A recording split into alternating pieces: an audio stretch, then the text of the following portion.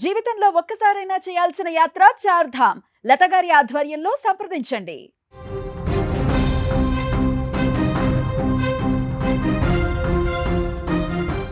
ఉదయం నుంచి ఇప్పటి వరకు ఎండలతో బానుడి బగబగలతో మండిపోయిన భాగ్యనగరంలో వర్షం దంచి కొడుతోంది. కొద్దిసేపటి క్రితమే మొదలైన వాన హైదరాబాద్లోని పలు ప్రాంతాల్లో కురుస్తోంది. బంజారా హిల్స్, జూబ్లీ హిల్స్, మాదాపూర్లో వర్షం కురుస్తోంది. ఇది ఇలా ఉంటే హైదరాబాద్లోని ఉప్పల్ స్టేడియంలో మరి కాసేపట్లో సన్ రైజర్స్ హైదరాబాద్, సిఎస్కే మధ్య మ్యాచ్ ప్రారంభం కాబోతుంది. ఈ నేపథ్యంలో నగరంలో వర్షం మ్యాచ్పై తీవ్ర ప్రభావం చూపించే అవకాశం ఉంది. అయితే ఒక పక్క వర్షం కురుస్తున్న అభిమానులు ఉప్పల్ స్టేడియానికి భారీగా చేరుకుంటున్నారు. మ్యాచ్ టైంకి ఎలాంటి వర్షం లేకపోతే మ్యాచ్ సజావుగా సాగుతుంది. అయితే ప్రస్తుతం మ్యాచ్ జరిగే ఉప్పల్లో చిరు జల్లులు మాత్రమే కురుస్తున్నట్లు సమాచారం.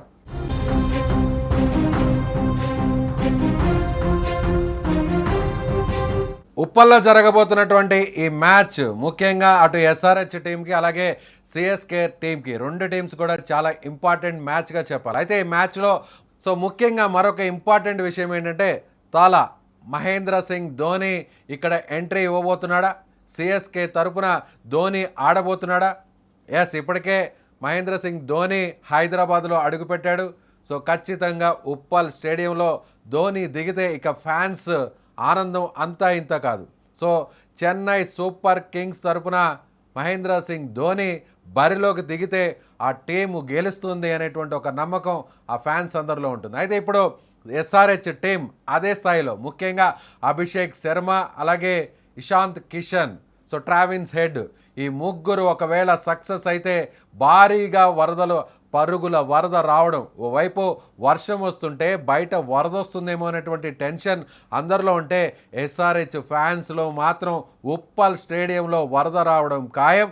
అది వర్షంతో కూడినటువంటి వరద కాదు, తమ బ్యాట్స్మెన్స్ కొట్టేటువంటి పరుగులతో నిండినటువంటి వరద రాబోతుంది అని ఖచ్చితంగా చెప్తున్నారు. అయితే ఇప్పుడు ఈ వర్షం వల్ల నిజంగా భారీ వర్షం కురిస్తే మ్యాచ్కి అంతరాయం కలిగేటువంటి అవకాశం ఉందా?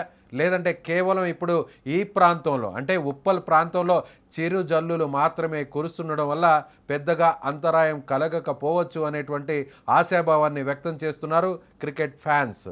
నాన్ స్టాప్గా వర్షం కురిస్తే, ఈ వర్షం ఆగకుంటే ఇమీడియట్గా గ్రౌండ్ తిరిగి నార్మల్ పొజిషన్కి తీసుకురావడానికి ఎంత సమయం పట్టేటువంటి అవకాశం ఉంది.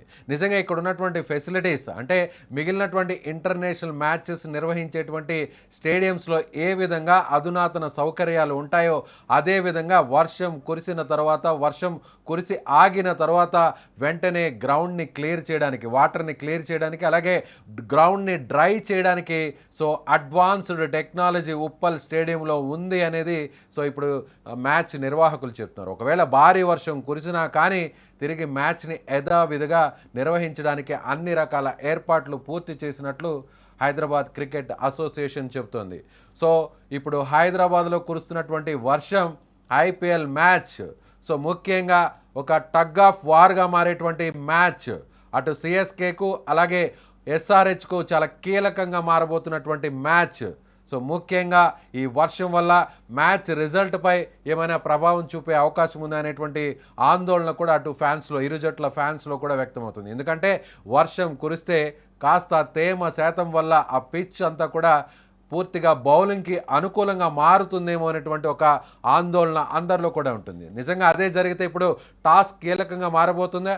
టాస్ గెలిచిన వారు ఖచ్చితంగా చేజింగే తీసుకుంటారా? ఒకవేళ ఎస్ఆర్హెచ్ ఫస్ట్ బ్యాటింగ్కి వస్తే ఖచ్చితంగా టార్గెట్ 300. మొదటి నుంచి కూడా మనం వింటూనే ఉన్నాం. గత కొన్ని వారాల నుంచి, గత సీజన్లో కూడా మనం చూసాం 250కి పైగా పరుగులు చేసినటువంటి ఎస్ఆర్హెచ్ టీము ఈసారి ఆ బెంచ్ మార్కుని దాటి దాదాపుగా 300 కొట్టి ఒక రకంగా రికార్డు సాధించాలి అనేటువంటి ఆశాభావాన్ని క్రికెట్ ఫ్యాన్స్, హైదరాబాద్ ఫ్యాన్స్, మన తెలుగు ఐపీఎల్ ఫ్యాన్స్ అందరూ కూడా ఎదురు చూస్తున్నారు. నిజంగా ఆ సమయం రానే వచ్చిందే.